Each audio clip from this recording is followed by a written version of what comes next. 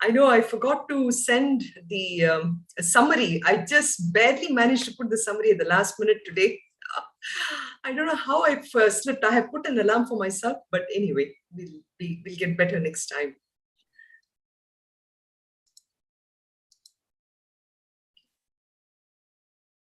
Om.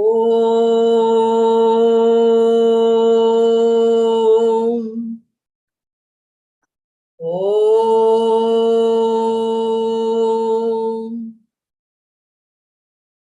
Om.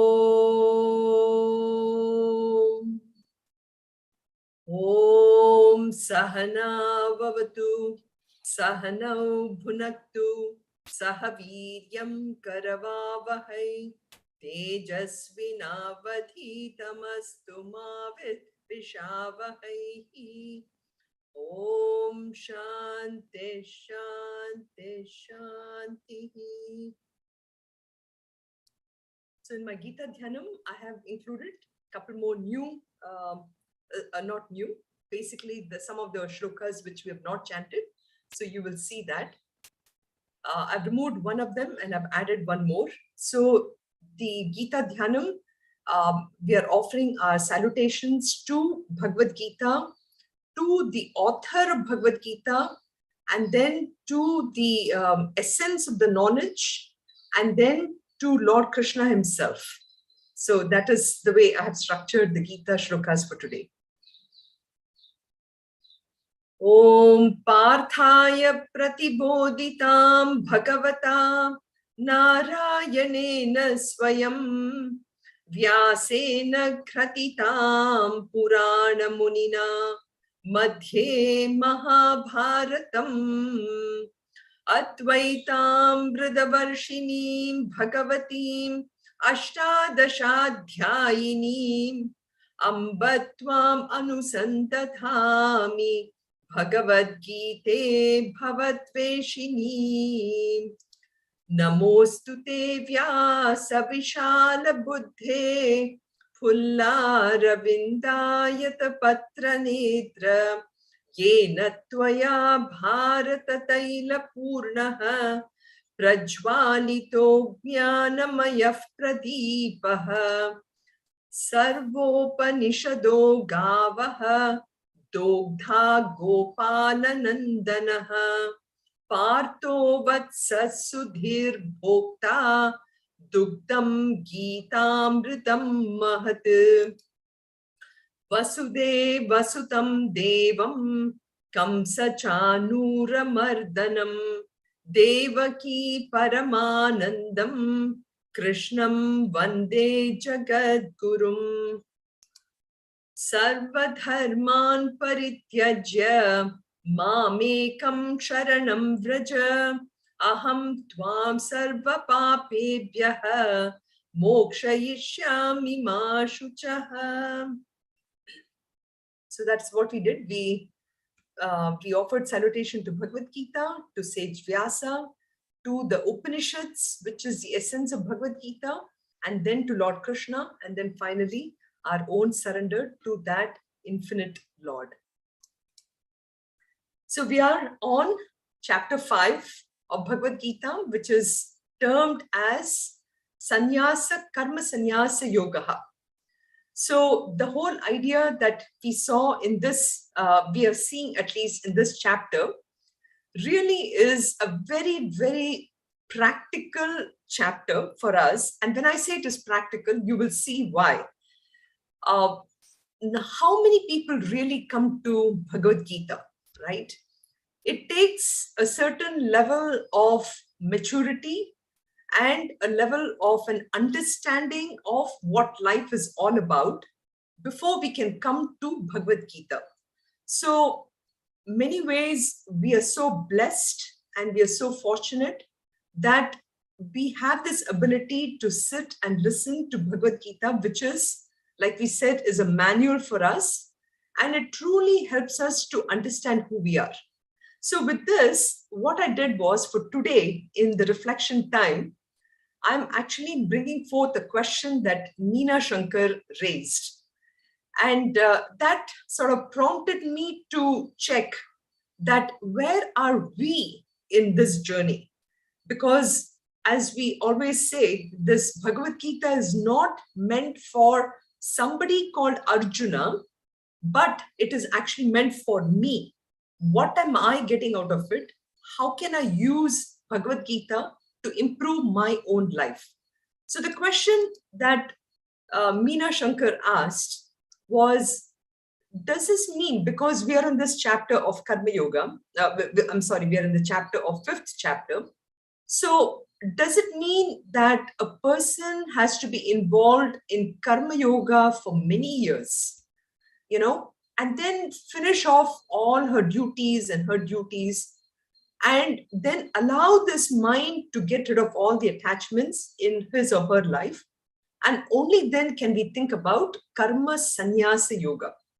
Is that really the case for all of us? How do I use this knowledge? So that is the question that Meena asked. So to answer this question and to understand it, I really thought, we have to take a few steps backward.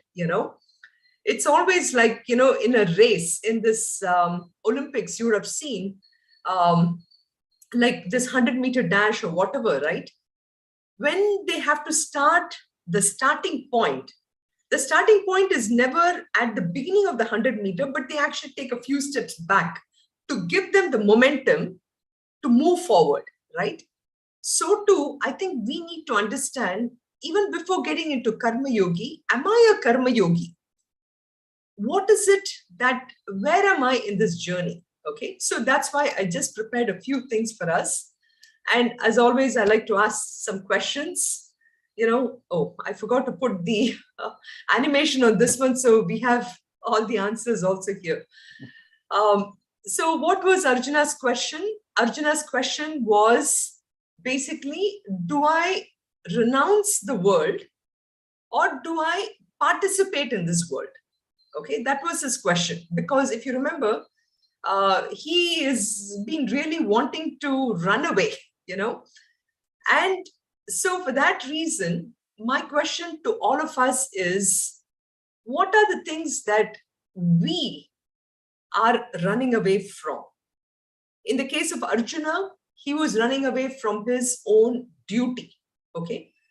To run away from a duty is again a very high level. Arjuna did not run away from those small things. Whereas we sometimes do run away even from small things. Okay.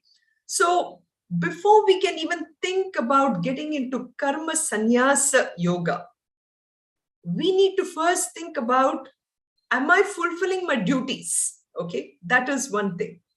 But even before fulfilling our duties, sometimes we also have to think, what are all the things that we tend to sort of run away from? Simple things like, for example, I'll just give a very, very simple example.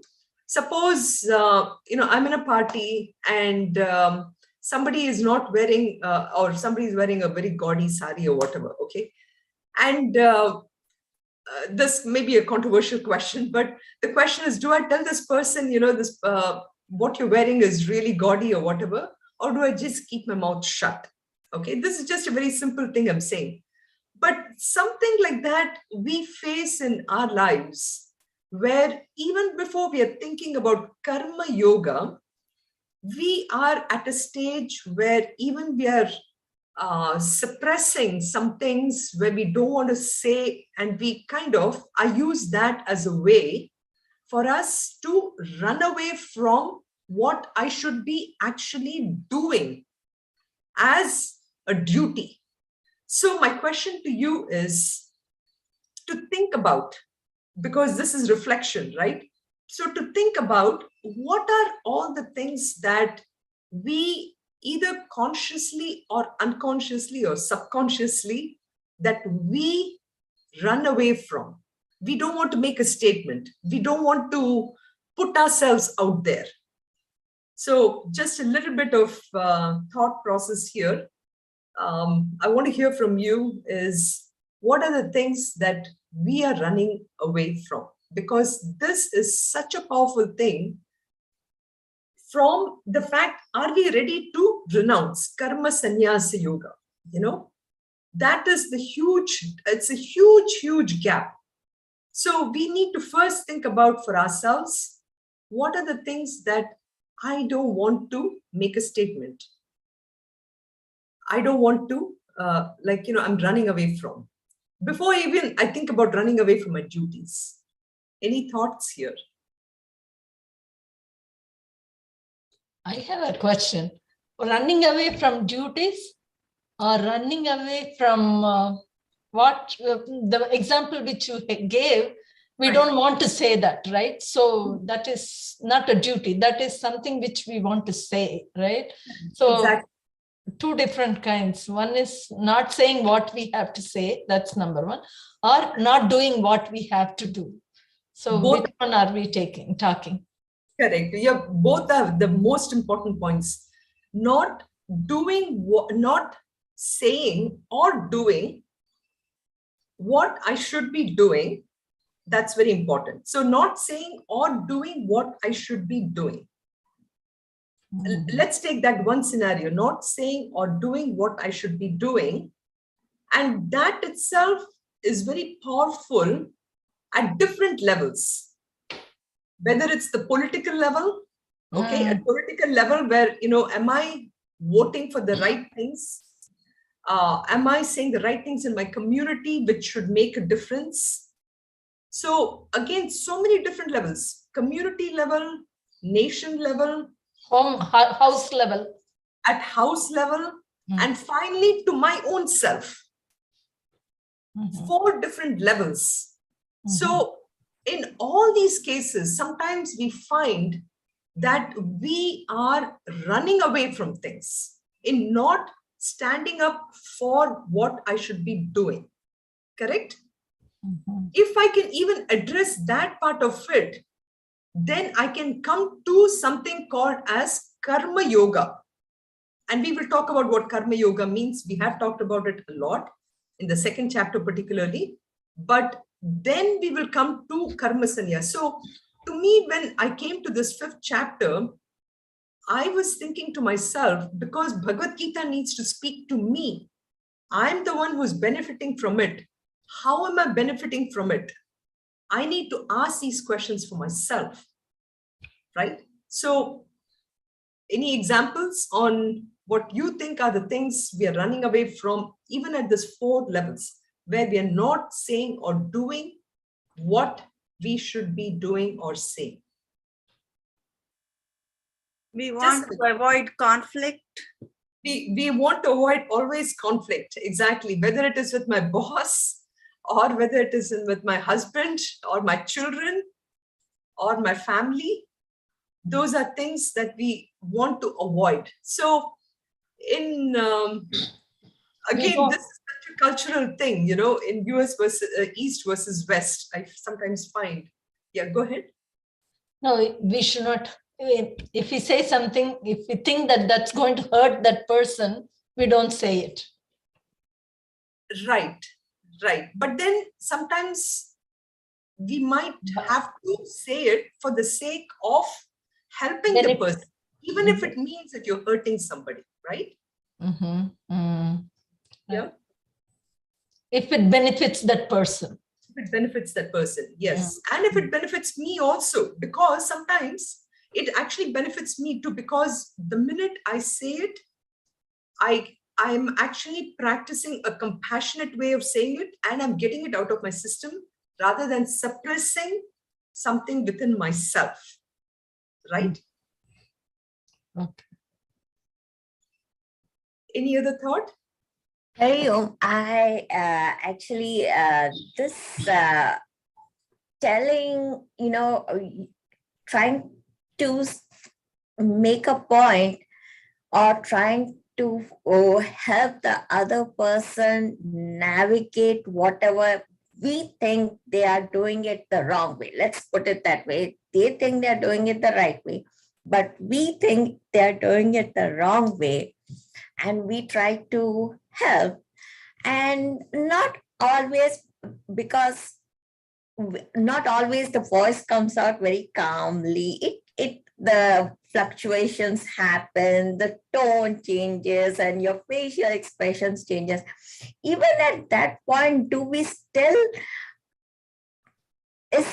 how does it actually benefit us? How does it?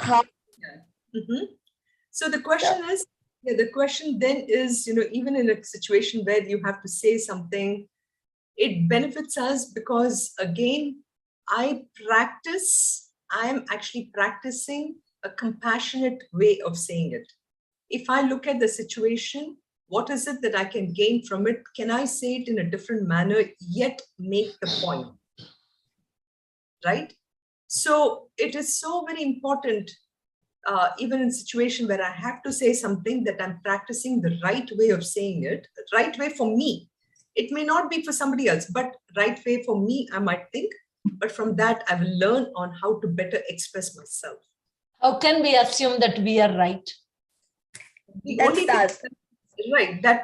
only thing is, if at a later time my mind is still disturbed, correct? If my mind is disturbed, then I'll take a little bit of time to think, okay, maybe I should have said this differently. Okay. And then practice the next time when I have to say it, that I say it a little differently. But a lot of this requires alertness and conscious awareness. Meenu, you wanted to say something? Yeah, when we say something to others, isn't it we are judging them, and we are not supposed to judge them?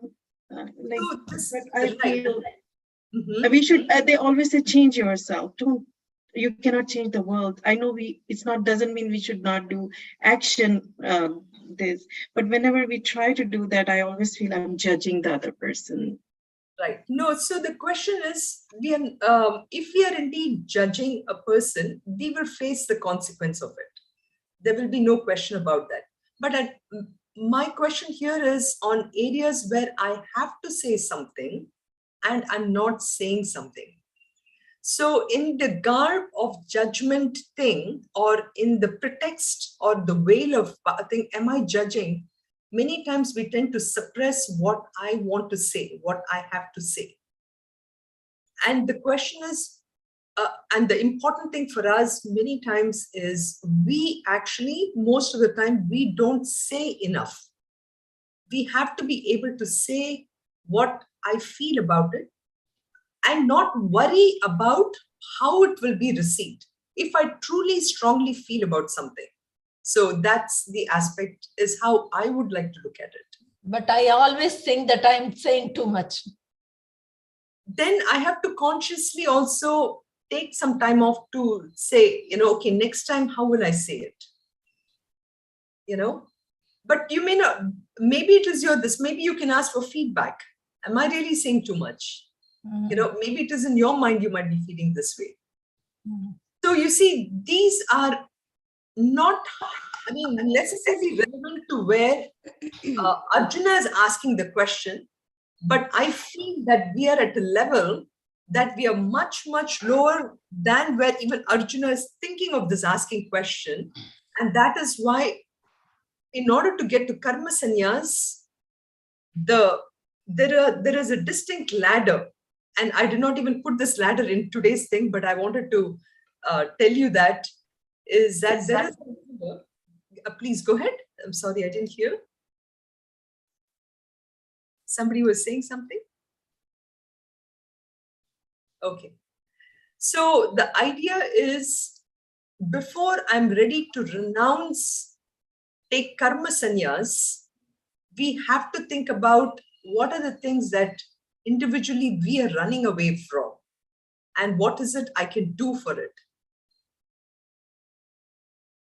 I don't know if this discussion was useful, but something to think about in the relevance of 5th chapter, So the question, yeah, go ahead. I want to clarify something. Like when you are at the situation where you have to say, you should know the situation the best. For example, if Laya is there or Kriti is there, if they are doing something wrong, I cannot step back and just stare at them and say nothing, kind of a thing, because that I know. as a mother and grandmother, I know what is right and wrong. So then only I can say it. The same way here also Arjuna, he knows thoroughly like what exactly he wants to ask and what is his position at that time. Then only that discussion is coming now, right? Correct. So unknown situation or something, I cannot say anything because I don't know anything about that. Right. So Madhuri, supposing if you know that what you're going to say will hurt that person, still will you say it? yeah, for if I say like as a mother and grandmother, yes. If it is good. If it is good, because we learned what is dharma and what is the shastras and how it has to be. So I will. So here too, I mean, the question that to your point of Madhuri, comparing the two situations, ultimately it boils down to dharma. It boils down to what is my duty. Right, duty. Am I really fulfilling my duty in the proper way? Right. You know, in the situation, in the station that I'm put in. Right. So you're right. I may not go and tell somebody in Brazil or somebody that this is what they should be doing. Exactly. In the station that I'm in the position that I'm in, I have to fulfill that duty, my dharma, in doing what I've been in best capacity. Yeah. So renouncing needs to be taken in, it's a very powerful word in that sense, you know, and that is why I'm bringing this as a discussion here to talk about it. So the question is, you know, the question that was asked is, are we ready for karma yoga or karma sannyasa yoga? Okay. So even to understand this word karma yoga, we have to, I just have a couple of PowerPoints here, which I hope you like it. Before we understand karma yoga, we have to actually literally see where am I in my evolution. So depending upon where I am in my evolution and what gives me happiness, to that extent, my practice of karma yoga will be efficient. And for that, just bear with me here. If we look at the whole world, okay, we see that the world is made of literally stone, plants, animals, birds, humans. And finally, so this is, I'm showing is an evolution in our characteristics, okay? We have stones which are very inert. We have plants which have some amount of not just existence, but consciousness. I mean, everyone has existence, right? But plants have a certain amount of consciousness. Animals also have consciousness. We all have consciousness, but finally, to get to a karma sannyas part of it, there is an extremely a high level of alertness, which is prompted by really allowing that awareness or consciousness to manifest itself, right? So this is the evolution in which we have, I mean, think about this. Karma yoga cannot be practiced by stone, plant, animals. Only as a human being, we can actually even practice karma yoga. And from karma yoga, we have to get to this level of a realized master for what a karma sannyas means. But we'll also talk about karma sannyas in the level of our ashrams. Okay. So when we look at what really makes a human being in comparison to what I just said, okay, where am I in my own journey? Okay. I want to draw upon something as basic as our Kindle life analogy, okay? And what is that?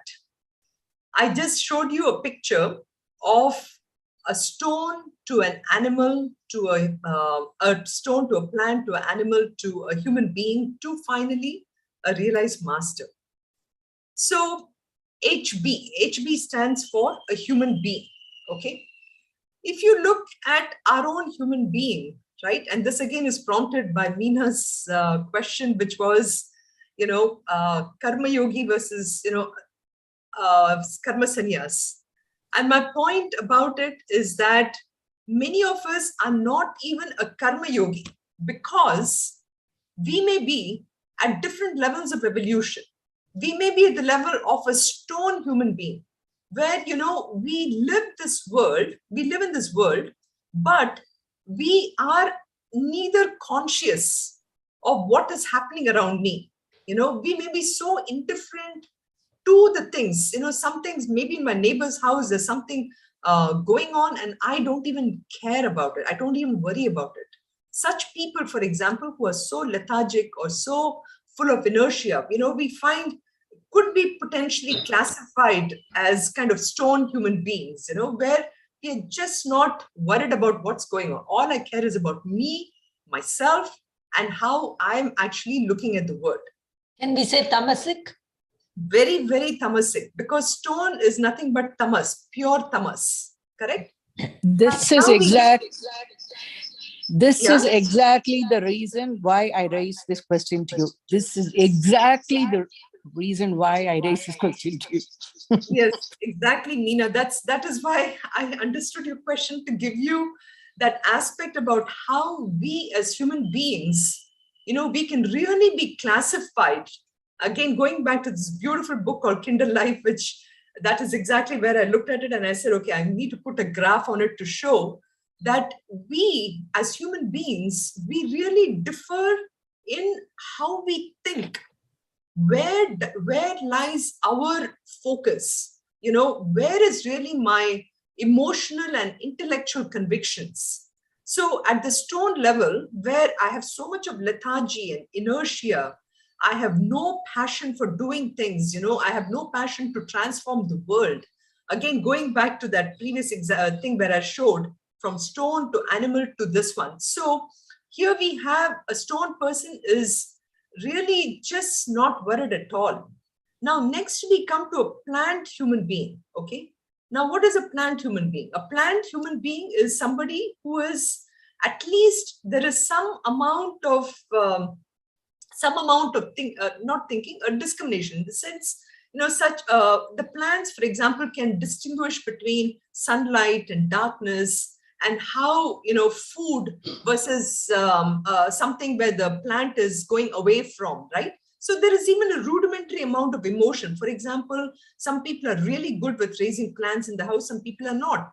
And some people have, they say the plants do, to some extent, very, very rudimentary, they actually do respond to some feelings, okay? So those are plants. So we find that even in human beings, there are some human beings who at least, they can discriminate between gross objects, a little bit of emotion, they show that. And such people are really, more of a plant human being. You can think about it that way. Now, let's go to the next level, which is an animal human being. So animal human being, animals are more passionate, probably, they're a little more aggressive. They like to eat food when they want to and everything, right? So too, we have animal human beings who can be, full of a little bit of desires now. A plant doesn't have desires. Animals, they have some desires. And they also have a little bit of maybe, and again, comparing it to an animal human being, somebody who is a little more egocentric. They are, they're engaged in the world. They are trying to, they're ambitious. They're also loving. Yes, some amount of emotion comes into them. And they are looking to take care of a lot of things. So most of us human beings, actually, you can think about, we fall under this category. There is a lot of discrimination, there is an understanding, and we are coming to that level, right? Now we come to the man human being. Man again refers to both man, woman, they, them, everything, all this, all the categories of human being. So here we have somebody who can actually think for themselves. They are really understanding the world. They can actually even start, people who come to, I just want to use this example, people who are becoming a little more spiritual, really trying to understand the relation of the man, a human being in the midst of everything, right? So that is where we are. But ultimately, where we need to get to, which is where really our purpose of life is, the superhuman being. Okay? The superhuman being is where we really need to get to. This is where we are practicing a karma yoga, and we're getting into that karma sannyasa part of it, where we are giving up. So from here, the stone doesn't have any desires. The plant have a little bit of desire for, like I said, sunlight, darkness, food, poison, those things. Animal, human being, at least little more discrimination in the sense, okay, I'll eat at different times, I won't eat at different times, that much amount. So that a little bit more desires. Man, human being, has the maximum amount of desires to transform the world or for themselves. Even here, I'll come to another diagram here.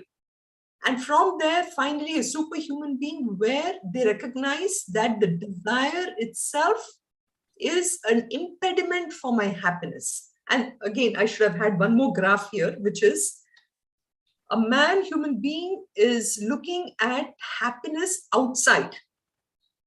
Okay? Whereas a Superman is looking for, maybe Superman is not the right word, because Superman is, we think about the Superman, but here superhuman being is recognizing that happiness is within. So I don't have to go outside. Correct? So that maybe that also would have helped here, but that's the difference between a man, human being versus a superhuman being. So this is one way to look at why we are not even at the level of a karma yogi at this point.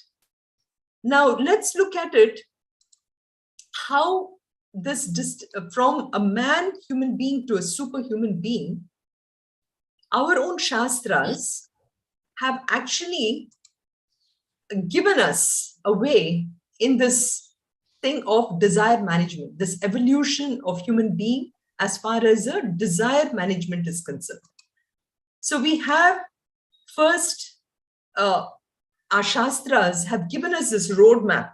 They say, go through the Brahmacharya ashram. Okay? And then there are very clear in our Karma Kanda. So we have talked about the Vedas before. Vedas have Karma Kanda, Upasana Kanda, and Jnana Kanda. In Karma Kanda and Upasana Kanda, we have ways in which the Brahmacharya ashram has been mentioned. And then we have this huge one big section called Grihastha ashram, which is actually the most important ashram for the 4 ashramas. Now you may ask why. Well, Grihastha ashram is the ashram where we have the way to support all the ashrams, the Vanaprastha ashram and the Sannyas ashram. So we have the ability to really practice our desire management here in the Grihastha ashram and lead. So we get to practice being what is a karma yogi in this Grihastha ashram through these desires.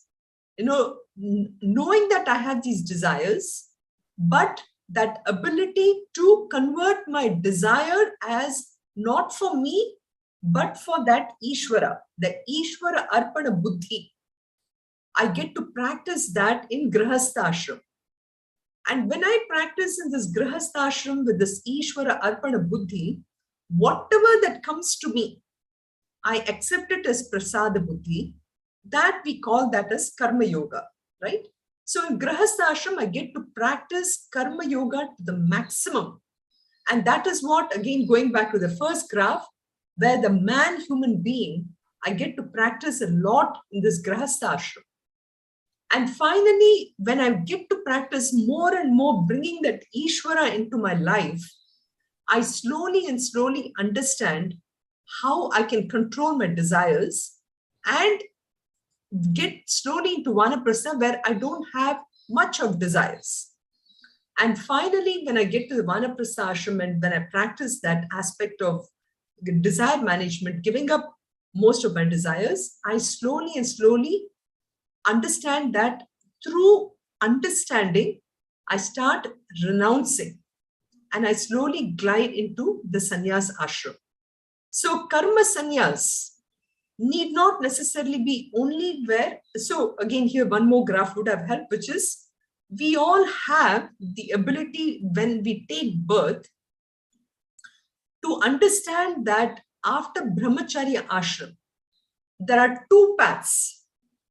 One path is I really have understood what my shastras are saying, what the Upanishads are saying about the fact that I am none other than that absolute infinite self.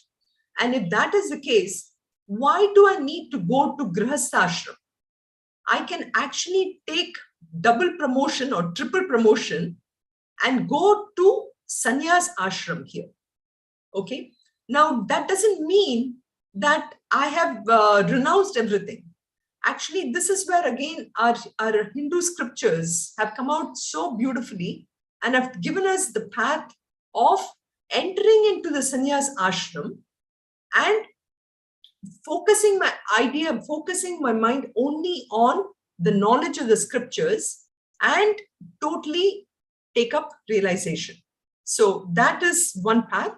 Or if I have a lot of desires, it gives us a path, tells us that in the Grihastha ashram, now I get to practice my desire management through karma yoga and then go on to karma sannyas. So both the paths are available for us. Both of them equally will take me to that ultimate realization.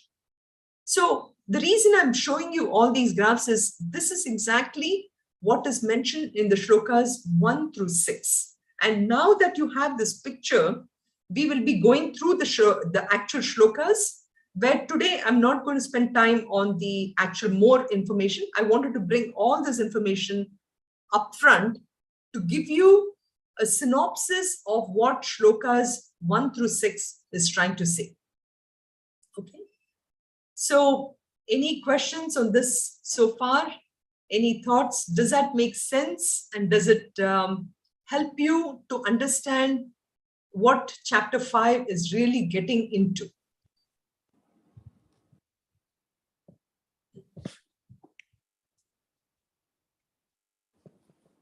Yes, it was a nice synopsis. Okay. Meena, any thoughts from you? Does this help?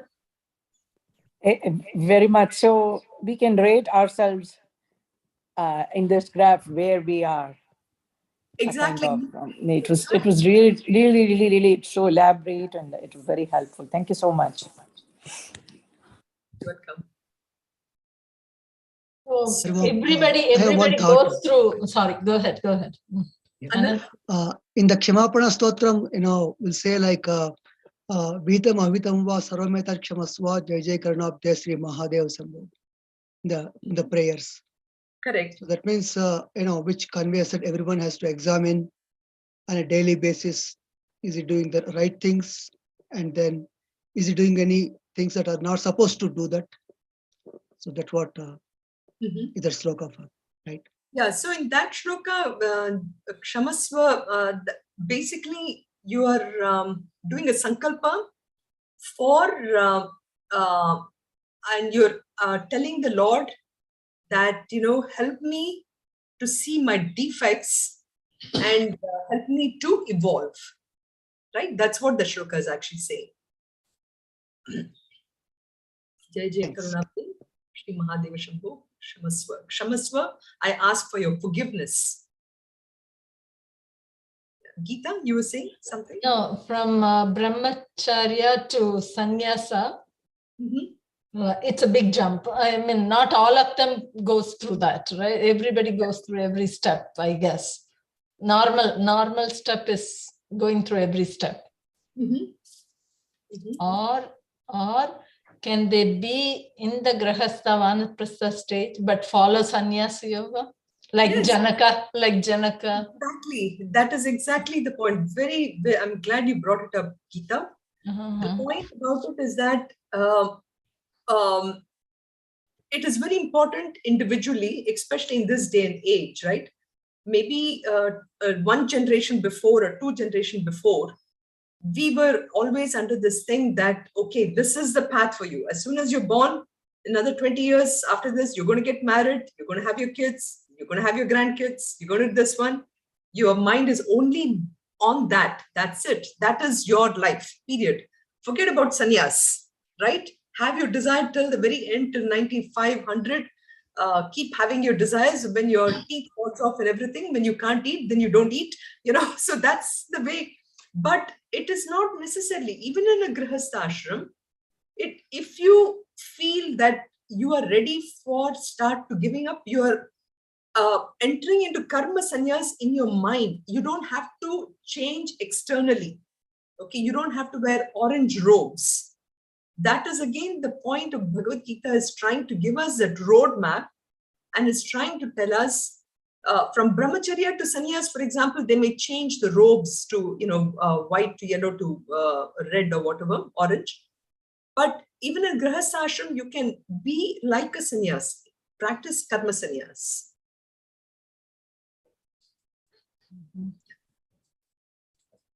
So that is the roadmap where I wanted to explain. The idea for us ultimately is that why Bhagavad Gita is so very important for us is that we are constantly living in this perpetual confusion, right? The confusion for us is that in two different ways. Number one is, of course, my own responsibilities, my own duties. What am I supposed to do every day?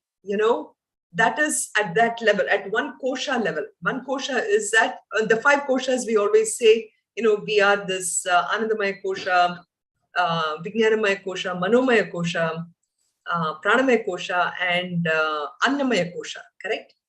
But this duty aspect is not even at the level of Annamaya kosha. It is at the level of what I think I am. So that is the sixth or the seventh kosha, at that level, we have this confusion of our duties. So on one level is that sixth or seventh kosha, I have this level of confusion. But on the other extreme is, am I really that infinite, that absolute, or am I this limited person? So at two different levels, we have this confusion.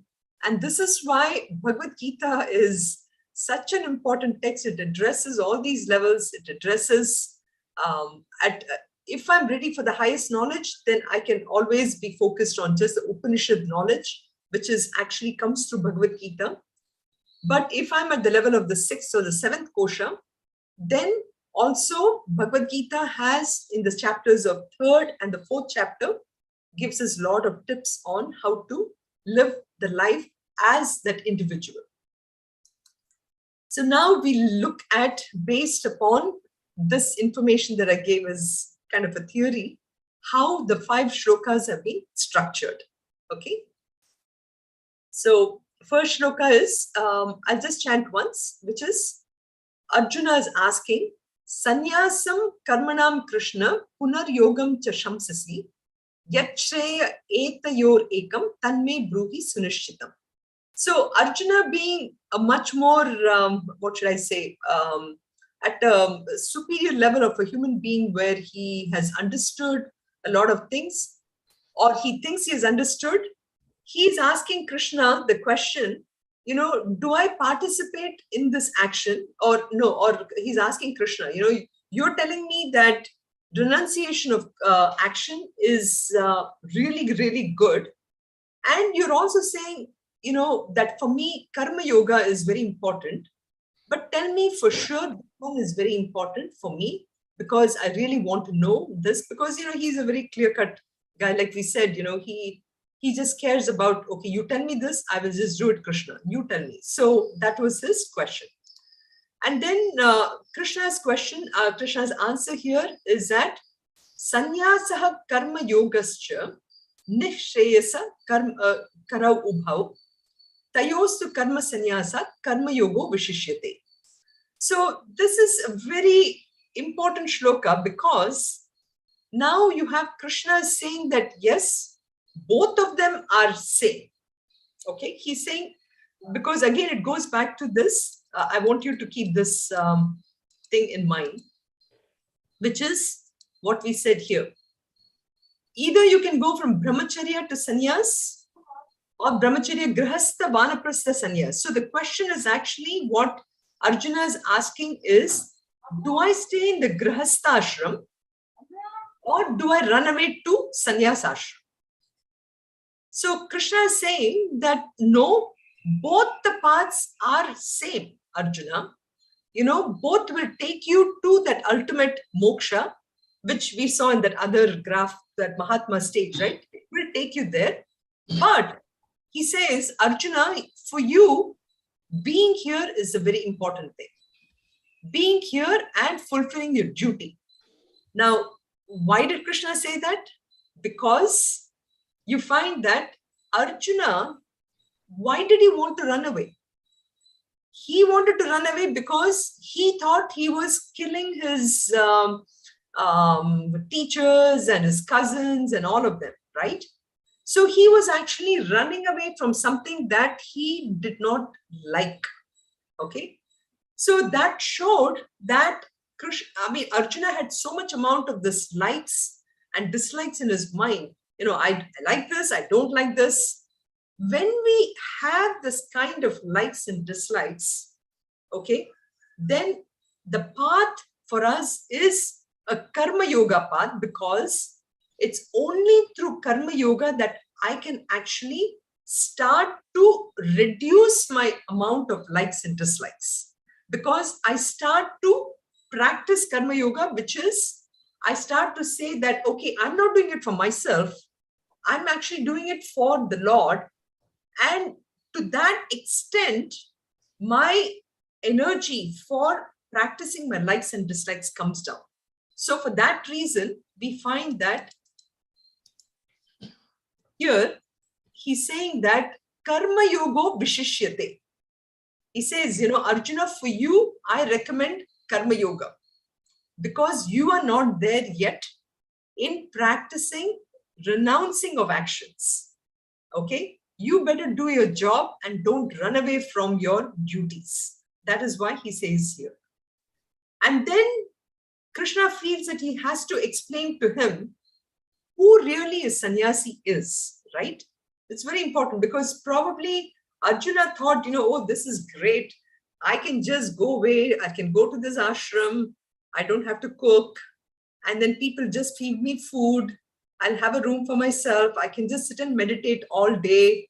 I don't have to go around doing all this. You know, boy, that sounds great, right?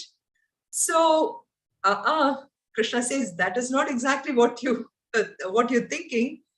A sannyasi is a person who has absolutely no likes and dislikes. So, na dveshti. Okay, you can't run away. Okay, and he neither has any expectations, kanksha. You know, he neither hates nor he desires, and he can deal with anything. You know, it doesn't matter tomorrow if you have cockroaches in your room. It doesn't matter if you have, I'm just using some extreme examples, you know. So independent of that, you should be able to lead your life. That is who a sannyasi is. Only then you can actually move on. So again, he says, you know, wherever you are, use that situation to grow rather than running away and thinking that you will be able to deal with it. So that's why the shloka 3 has come about. So then fourth one, he wants to, Krishna is saying that like, you know, both these goals, both of them are not very different from each other. And if at all you think it is different, because that's where Arjuna was thinking, right? Arjuna thought both the paths are different. So therefore he says, no, Sankhya, which is this path of knowledge, and yoga, which is this karma yoga.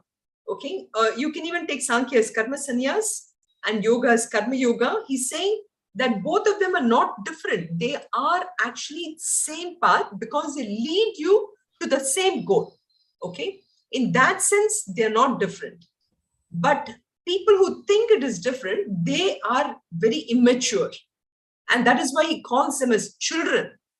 Okay. Only immature people will say that. Whereas panditaha, ekamapi asya samyak ubhayo vindate phanam pravadanti na panditaha. So wise people would never say that. So he's trying to again impress upon Arjuna that both the paths will lead you to the same goal and you will get the same fruit. So, and then he wants to say, Yat Sankhye Prapyate Sthanam Tadyo Gairapi Gamyate Ekam Sankhyam Cha Yogam Cha Yaf Pashyati Sa Pashyati. He's trying to show, Yaf Pashyati, this is a very important phrase, as I mentioned. It is only that person, and this actually ties with, even in chapter 3, we saw this akarmani, chakarmani, somebody who sees action in inaction and somebody who sees inaction in action. That is yaf pashyati sa pashyati. That's the phrase which is referring to, which is again trying to say that you can actually reach that same state of bliss, that moksha, that state of bliss, either through karma sannyas or through karma yoga. Now, if that is the case, one may say, then why don't I just be a karma yogi all the time and not a karma sannyas? Well, the whole idea is for everybody, it doesn't matter, even for a sannyas, somebody who's gone from brahmacharya to sannyas, that person also practices karma yoga. Because karma yoga is the first step. Karma yoga, only when we practice karma yoga can I actually practice karma sannyas yoga. So they're actually sequential steps, but both of them leads to the state of bliss. So karma yoga to karma sannyas, that will finally take me to moksha.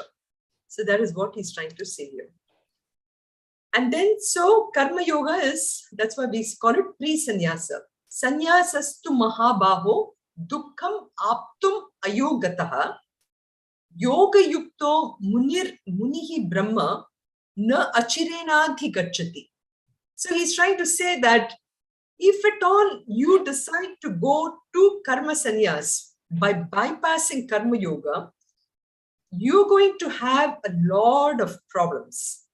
And this is why in the beginning of my lecture here, when I was telling about suppression, that is, if I try to run away from things and I'm not practicing my ability to be who I am and to be able to say or do things that I should be doing, then I go through a lot of suppression, which I will come out in the form of any kind of emotions, whether it's anger or heavy, desire, exhaustion, whatever. That is the kind of hardships that he's trying to talk about here, because renunciation, you cannot just give up everything and run away. You can only do by understanding and then giving it up. I mean, simple example, gulab jamun is too sweet, too much of sugar. I understand that and I give it up. And I totally give up. I mean, I don't indulge in it at all. Is an understanding, right? So too, when I see that, okay, if I have, 10 or 20 saris, I really don't want another sari. I do it totally with understanding. So that is just simple desire management. Now I have to look at it in every possible thing. Can I give this up? Can I give this up? What am I giving up? That is the only way you can actually do this renunciation aspect of it. And that, so a very powerful shloka again, which is addressing suppression versus sublimation. And only when I do that, then I go, here the question Arjuna must be thinking, oh, and again, it goes back to Meena's question, does that mean that as a karma yogi, I have to really work a lot, get rid of all my desires, and only then will this take millions of births? So Krishna is saying, no, that is not the case at all. He said, if you truly understand what desire management is, and if you truly understand what you're trying to renounce, one can go just like that. Na achirena di gachati. He's saying it can happen just like that. Adi gachati. You can go immediately. That is what he's trying to say here. And then, let's see. So this one, I will just chant. We didn't do the shloka yet, but we will chant it because ultimately this is like a ladder of rise. Okay, the ladder, as I showed about, from the stone man to man, etc. Ultimately, so it is giving you how one leads to another. I'll just chant it and then we will do it tomorrow, 2 weeks from now, that is. Yoga yukto vishuddhatma, yoga yukto vishuddhatma, vijitatma jitendriyaha, vijitatma jitendriyaha, sarvabhutatma bhutatma, sarvabhutatma bhutatma, kurvannapi na lipyate, kurvannapi na lipyate.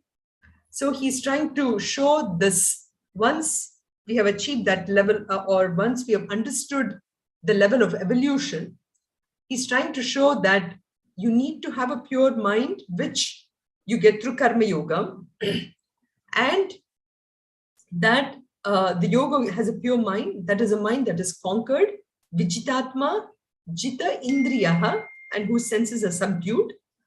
Such a person immediately realizes what his true nature is, and that true nature is a nature in all beings.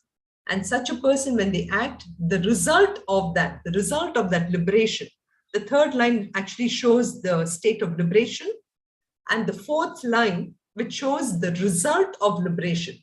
When that happens, that person is completely, whatever the person might do, that person is not contaminated, or that person is, whatever the actions they do not bind him. Simple example, like we always give a child. When a child is, you're holding the child and the child pulls your hair or something, you don't really, say anything to the child. You're not upset with the child, because the child did not do it out of any malice or anything, right? So that's the part he's trying to address. Though acting, he's not tainted by actions. So we'll address shloka number 7 onwards. We'll be going straight from 7, because I think 1 to 6, hopefully, you would have gotten the essence behind what 1 to 6 said. Okay, so we will meet on July 13th, Wednesday. And this will be directly from US itself. I think I'll be in Seattle at that time, but we'll meet at that time. Okay. Sarve bhavantu sukhinah, sarve santu niramayaha, sarve bhadrani pashyantu, ma kaschit dukkha bhag bhavet. Om shanti shanti shantihi. Om Purnamadav Purnamidam Purnat Purnamudachyate Purnasya Purnamadaya Purnameva Vashishyate. Om Shanti Shanti Shantihi. Harihi Om Shri Gurubhyo Namaha. Harihi Om. Stop sharing and let me stop the live stream.